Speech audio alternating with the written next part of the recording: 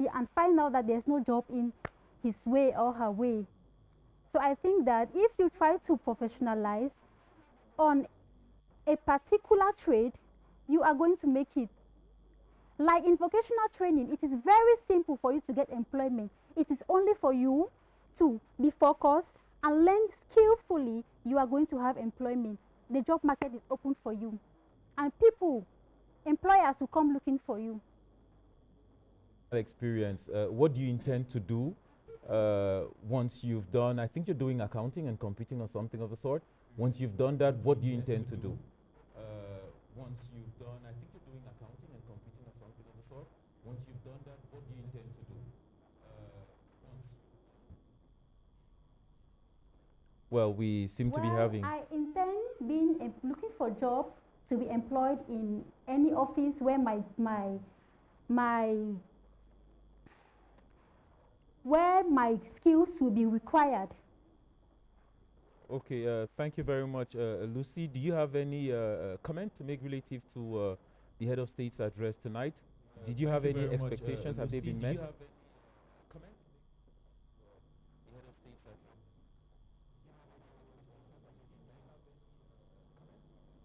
All of what was in my mind. I was so grateful for the speech by the head of state. He has made the youth also to understand that they need to be vocational, they should be professionalized. They should learn how to be professionals. Well, thank you very much, Lucy. We will be listening to another youth in Bamenda and eventually in the littoral region.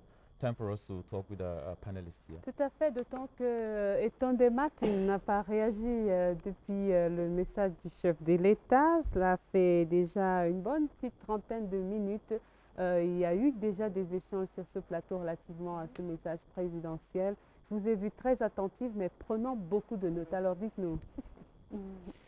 I appreciated the message. I think the message touched on very important points. I took home two very important points. One is that the youth should be patient and not be in a hurry to achieve much. I am of the opinion that you should be patient. You should know exactly what you want before you plunge in, and the president talked about that. I think that for the youth, it's not only about finishing school and getting a job, but actually knowing exactly what you want to do, so that when you get the job, you actually appreciate it. And maybe it's because I'm an entrepreneur, but I don't believe that you must get a job when you finish school. I'm of the opinion that you can be passionate about something, and once you're done with school, you can put your head together, do a business plan, and then launch a business. That way, you're even more happy than somebody who is just turning around looking for a job. And then peut-être que certains vous rétorqueraient, en disant que peut-être que vous avez eu de la chance parmi les 1000 millions de jeunes qui ne peuvent pas sortir de l'école après 6 ans, créer une entreprise, gagner beaucoup d'argent. Vous nous avez dit que vous gagnez beaucoup d'argent, c'est bien de savoir. Peut-être qu'on dira que vous avez simplement eu de la chance. Is professionalization that easy? You know, is it that easy? Is it easy to start up a business? It's not easy. It's easy to start up a business. I'll say that from experience, and also say that from the number of entrepreneurs that I know. Most people start businesses and they close within the first 5 years. And the reason why they close within the first 5 years is there are a number of reasons. One is the access to finance. They don't have the financing to keep their businesses sustainable. But really, the reason why entrepreneurs don't have this finance is because they don't have the information. Yes, most of them are rushing to banks to get this money, but of course, banks have the requirements. Yeah, they need guarantees. So entrepreneurs need to know that there's information out there. I mean, my friend across, he's a youth leader. My friend next to me is also a youth leader. On this platform, I said I'm an entrepreneur too.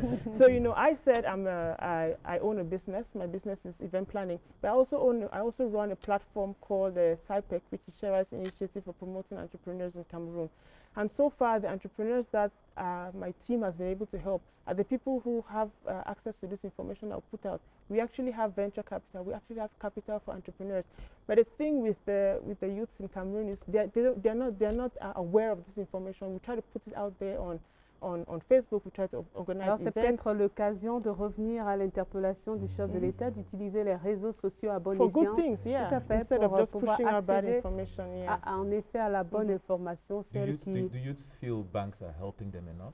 Because most people do complain that our banks do not actually encourage investments. Let me just ask you a question. If you were a bank manager or if you owned a bank and you see an entrepreneur or a young person with their briefcase and they come and tell you, listen, I have this business, I make scissors, just an example, I make scissors and I need 10 million to make more scissors to supply for the whole of Cameroon. And I just have my smile. I just have my smile and I have my little briefcase. You, Mr. Fonkam, you own this bank, you've put in your hard-earned money. Would you give this money to an entrepreneur just because they have this passion and this nice briefcase and this well-prepared speech? I think lots of banks can actually afford to risk some of that money. You understand? Comment Because- faire, Monsieur le Président? Yes, Comment faire? yes, they can't only give money when they are so sure of the investment. Comment faire pour pouvoir justement susciter cette confiance-là de la jeunesse, de sorte que la jeunesse auprès des banques, des institutions financières puisse apparaître comme crédible? Oui, il y a toujours un facteur de risque, évidemment, mais qu'est-ce qu'il faut? Qu'est-ce qui manque? Je pense que cette affaire de financement doit être vue sur 2 angles. Pas seulement sur l'angle des financiers, des banquiers, mais aussi sur l'angle de la jeunesse. Je prends les 2 angles. Je commence avec les financiers, les banquiers. Je pense qu'il y a une culture, une culture qui a existé au Cameroun, où on finance les sécurités au lieu de financer des projets. Et il faudrait qu'on change cette culture au Cameroun. J'attends vraiment avec beaucoup d'impatience la banque des PME. Les PME? Oui, qui va, je pense, commencer à financer des projets. Mais aussi, ça ne suffit pas, comme disait tantôt Martin, de venir avec un très bon sourire et une bonne mallette et dire que voilà mon projet, c'est un projet financé. Je suis jeune, je suis ambitieux, j'ose. Je pense qu'il y a beaucoup de travail avec la jeunesse. Il faudrait qu'on se forme. Et d'où vient donc la professionnalisation et le changement dans le système éducatif pour donner les capacités nécessaires aux jeunes. Comment est-ce que je monte une entreprise? Comment est-ce que je monte un projet? Comment est-ce que je démarre mon entreprise avec ce que j'ai?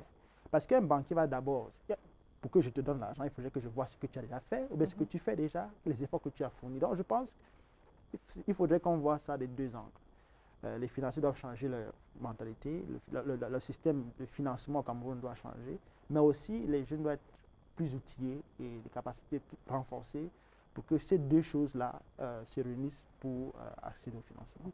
Mais alors, la jeunesse de tout temps, Alvin Henry Asembe a toujours suscité cette sorte de méfiance. Ce n'est pas quelque chose de nouveau. Mais ailleurs, il y a le déclic, il y a quelque chose qui fait que ça bouge.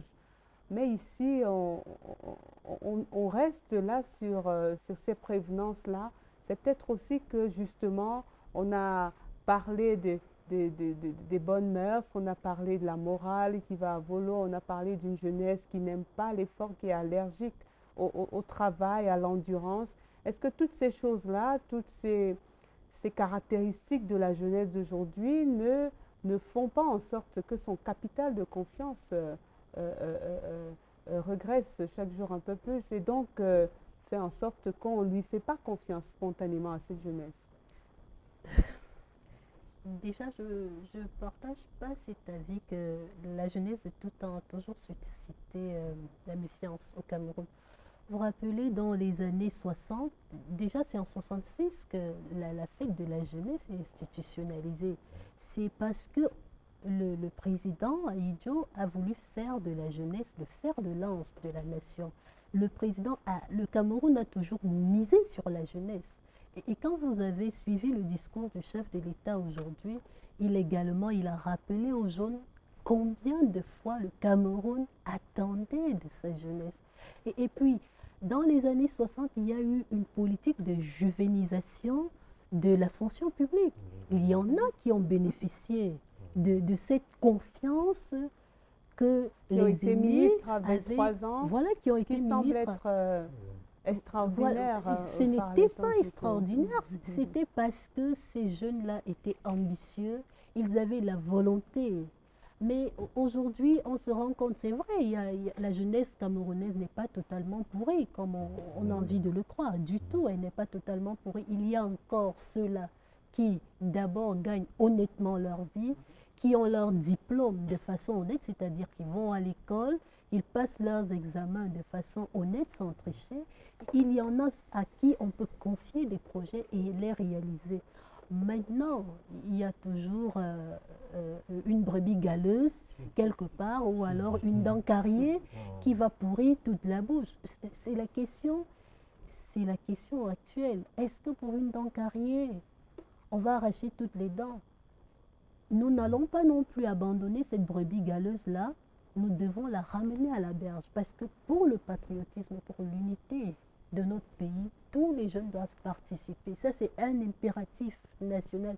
Tous les jeunes doivent faire de ces anciens jeunes leur modèle. Pourquoi est-ce qu'eux, ils ont été ministres à 25 ans? Pourquoi pas nous? Qu'avons-nous fait?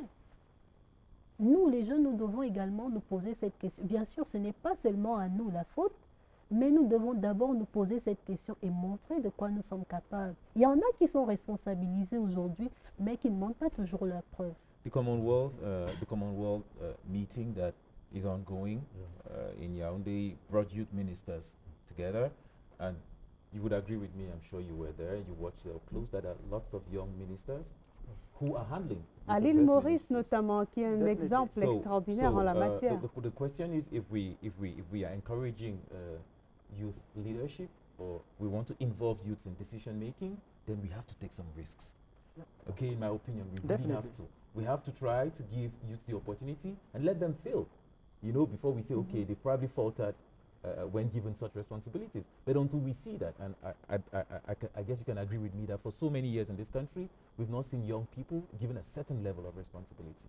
C'est à force de forger qu'on devient forgeron. Si on ne fait pas confiance à la jeunesse, si on ne donne pas la chance à cette jeunesse de montrer ses preuves, elle ne peut pas avoir cette expérience.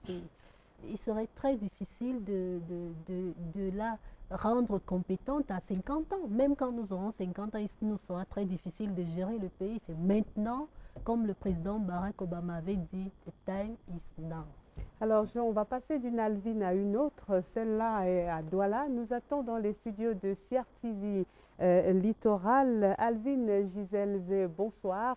Vous nous accueillez depuis les studios de CRTV Littoral à Douala, où le discours du président de la République a été écouté avec attention, dites-vous.